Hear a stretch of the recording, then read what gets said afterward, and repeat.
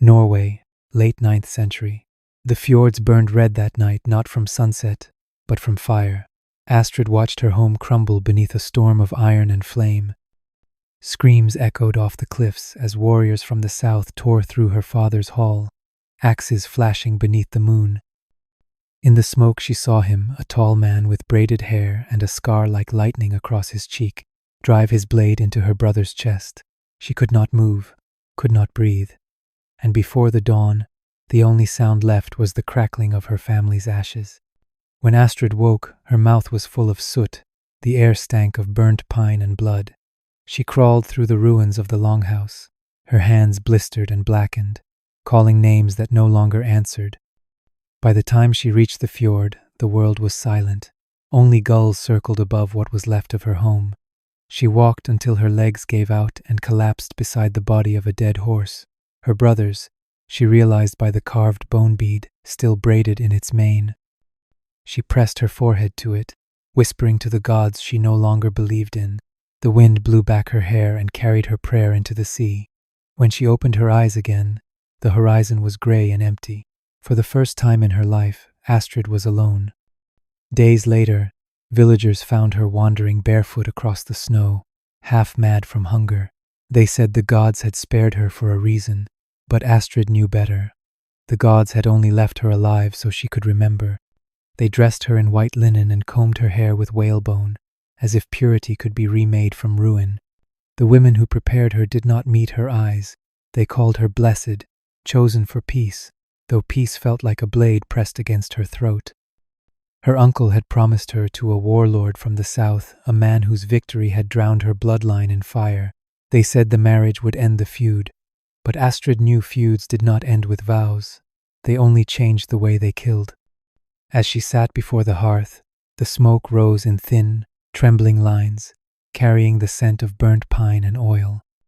Every sound in the longhouse, the chatter of guests, the shuffle of boots, the crack of mead horns felt distant, as if she were hearing her own life from beneath the ice. Then the doors opened, and winter walked in. The man who entered was tall, broad-shouldered, his cloak of wolf fur still wet with melting snow. His hair was braided tight, streaked with ash blonde and black, and his eyes were the color of frozen rivers. He smiled when he saw her, that practiced warrior's smile, sharp as a weapon. The hall roared with welcome, but Astrid could not hear their words. Her blood roared louder. She knew that face, the scar that split his cheek like a lightning strike, the same man she had seen beneath the burning rafters, the same hand that had cut her brother down. The world tilted around her, and the cup in her hand shattered. No one noticed. He came to her then, knelt slightly to meet her eyes, and offered his hand. His fingers were rough, marked by a dozen small scars. "Irik," he said, his voice deep but steady. "You are safe now." Safe. The word tasted like iron.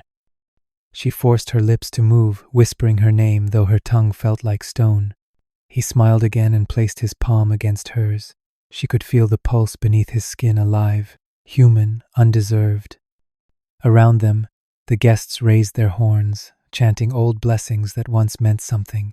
The vulva spoke of union and harvest, of old grudges buried in snow. Astrid stared at the man before her and thought of her brother's eyes, open and still in the firelight. When the ceremony ended, the chieftains clapped Erik on the back and toasted to peace. Her uncle smiled as if the gods themselves had blessed him. But Astrid's mind drifted to the sword that hung at Eirik's hip, the edge worn but sharp, the leather grip dark with old sweat. She wondered if that was the same blade that had found her brother's heart. And as the night filled with laughter and song, she sat beside the man who had stolen everything from her, her hands folded neatly in her lap, her face calm as ice. Inside, she swore a vow not to the gods, nor to peace, but to memory. The night was quiet except for the sea breathing beyond the walls. Astrid sat on the edge of the bed, wrapped in furs that smelled of smoke and salt. The torches along the wall burned low, their light flickering like dying hearts. She could hear him outside, speaking softly to his men before sending them away. Every step he took closer made the world smaller, the air heavier. She wanted to run, but where could she go? Every path led back to the man whose hands had ended her brother's life, The door opened. Eirik entered slowly, unarmed, his face unreadable. He looked at her the way men look at storms, cautious, expectant, uncertain whether to fight or bow to it. "You need not fear me," he said. His voice was low, steady, almost gentle. She said nothing. He poured 2 cups of mead and set one beside her. His fingers brushed hers for a moment, a spark of warmth that made her skin crawl. She stared into the fire, watching the shapes twist and break apart. He asked her if she liked the new hall, if she missed her home. She answered with silence. He told her about his mother, who died of fever, about his years at sea, the storms he survived. He spoke as if confessing to a friend, not a bride. Then he said, "I know what they say about me, but the past is gone. We build anew, you and I." The words struck her like cold water. She turned to him, eyes burning. "You killed my brother," she whispered. For a heartbeat, the hall went still. The crackle of fire seemed to fade, the world narrowing to the space between them. His jaw tightened. "I do not know your brother." She rose from the bed, trembling. "His name was Hakan," she said. "He fell before our longhouse. I saw the man who struck him down. I saw you."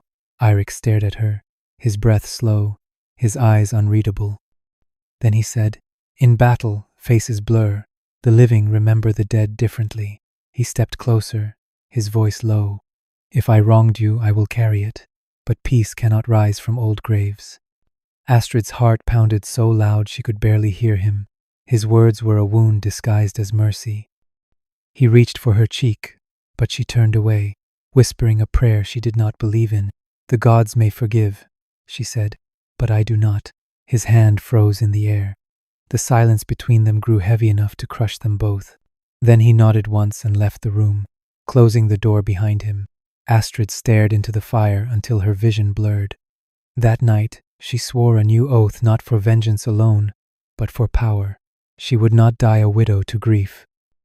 She would become something colder, something he could never kill, a ghost that breathed beside him until he broke. Days turned into weeks, and Astrid learned how to wear her silence like armor. Each morning, she rose before the light, tending to the fire and the loom, her face calm, her words few. The villagers called her the obedient bride, the woman who brought peace to the north. But peace, she thought, was only another name for chains. At night, Eirik would enter their chamber, his steps slow, his voice soft as if speaking to a frightened animal. He would ask her to share his bed, his warmth, his trust, and every night she found a reason to refuse. Sometimes she claimed sickness, sometimes the moon's curse, sometimes prayer. He would sigh, rise, and leave without anger. That frightened her more than any blow could have. A man who did not strike could be waiting for something worse. She began to study him in secret, the way he walked through his hall, the way his men followed him, the way they feared him and yet loved him. He spoke little, but when he did, even the sea seemed to listen. There was something haunting in him, something that almost made her forget almost. On some nights, he would sit beside her in silence, his hand resting on the table between them, never touching hers. It was as if he was waiting for forgiveness that would never come. She would look at his hand, those same fingers that once gripped the axe, and imagine the blood that had soaked into his skin. She wondered if he remembered the faces of those he killed, or if they had all blended into one long nightmare of smoke and screams. One evening, while he was away on a raid, Astrid visited the Volva, the old seeress who lived beyond the birch grove, her hut heavy with the smell of herbs and death. The old woman's eyes were pale as snow, blind but seeing everything. Astrid knelt before her and whispered, "I want to make a man remember." The Volva smiled, toothless and strange. "To make him remember," she said, "you must first stop trying to forget." She handed Astrid a small vial of dark liquid. "It can kill or it can weaken. It depends on the heart that drinks it." Astrid turned it in her hands, the glass catching the firelight like frozen blood. "The gods will not forgive me," she said quietly. The old woman laughed. "The gods have never forgiven women who refuse to die quietly." When Astrid returned to the hall, she hid the vial beneath her mattress. She no longer trembled when Eirik spoke. no longer flinched when his hand brushed her arm. Each day, she practiced her smiles, her soft words, her careful eyes. The hall believed she had finally accepted her place. Even Eirik began to relax, his laughter returning, his trust deepening, and that was when she knew the time would come soon. Not with rage, not with tears, but with silence, because vengeance, like winter, is coldest when it comes without warning. Winter fell like a shroud over the fjords, muffling every sound except the groan of the ice. The world itself seemed to hold its breath. Astrid moved through the hall like a ghost, unseen, untouched, her beauty turning to something colder than marble. The men spoke of her gentleness, her quiet strength, never guessing that each word she spoke was measured like a blade. Eirik had changed too. He smiled more often now, and sometimes she caught him watching her with something almost tender in his gaze. He brought her pelts from his hunts, carved her a comb from whalebone, and built her a perch for the falcon he had gifted her on their wedding day. She thanked him with the softest voice she could manage, even as hatred coiled beneath her ribs. She fed the bird herself, training it to fly and return on her call, its cry sharp and lonely across the snow. The nights grew longer, the stars pale and thin.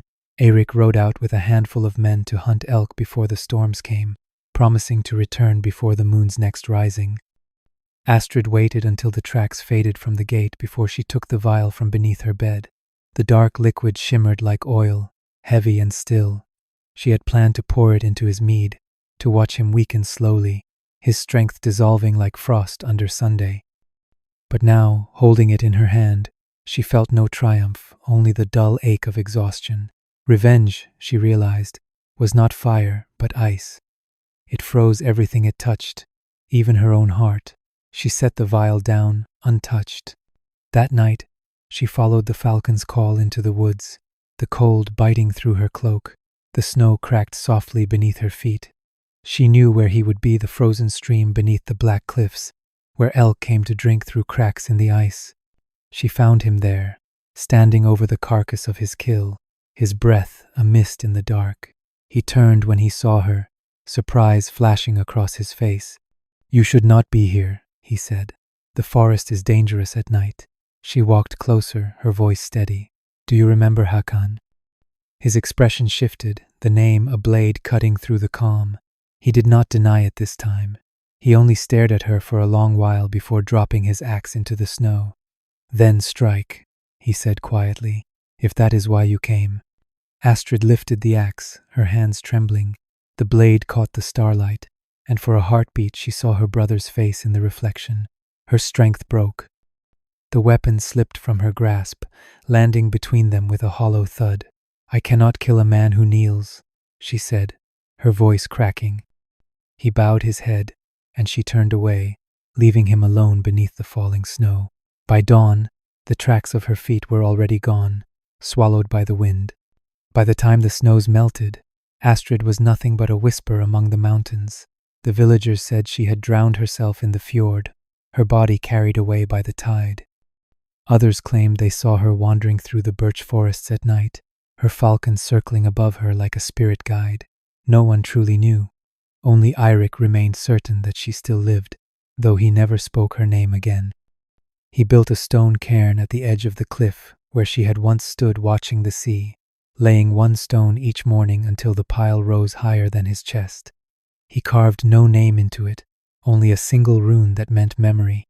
Some nights he would sit beside it for hours, staring into the horizon where the ocean met the sky, as if waiting for her to return with the dawn. His men avoided him after that. They said his eyes had changed, that he no longer saw the world around him but something far beyond it. Seasons passed, and peace held. The feud between clans ended not through blood, but through silence. Yet Eirik carried that silence like a curse. He fought no more, laughed no more, took no other wife. His hall grew colder each winter, the hearth fire dimmer. Sometimes he would speak to the falcon that still perched near the window, its feathers gray with age. "You remember her," he would murmur, "don't you?" The bird would tilt its head, unblinking. Outside, the wind moved through the valley like a sigh, and in that lonely sound, he could almost hear her voice. Far to the north, among the rocks where the sea met the ice, a traveler once found a woman's cloak tangled in driftwood white linen, frayed at the edges, bound with a carved bead shaped like a hawk. Some said it was hers, a sign she had crossed into the next world. Others believed she had become one with the land itself. The spirit of vengeance turned to spirit of mercy, watching from the cliffs to ensure no woman would ever again be traded for peace. Mothers told their daughters that if they ever found themselves trapped in silence, they should whisper Astrid's name to the sea, and the sea would listen. Her story became a warning and a legend not of a bride's obedience, but of a woman's will that even death could not break. For in an age where men carved their glory in blood, Astrid carved hers in defiance. The gods did not claim her, the earth did not bury her. She lived in every winter wind, every wave that broke against the stones, every heart that refused to forget. And though the sagas would name great kings and killers, none would remember them as fiercely as they remembered her, the Viking bride who vanished into the snow rather than kneel before her brother's killer. If this story moved you, remember her silence was not surrender, it was strength. Subscribe for more forgotten stories history tried to erase.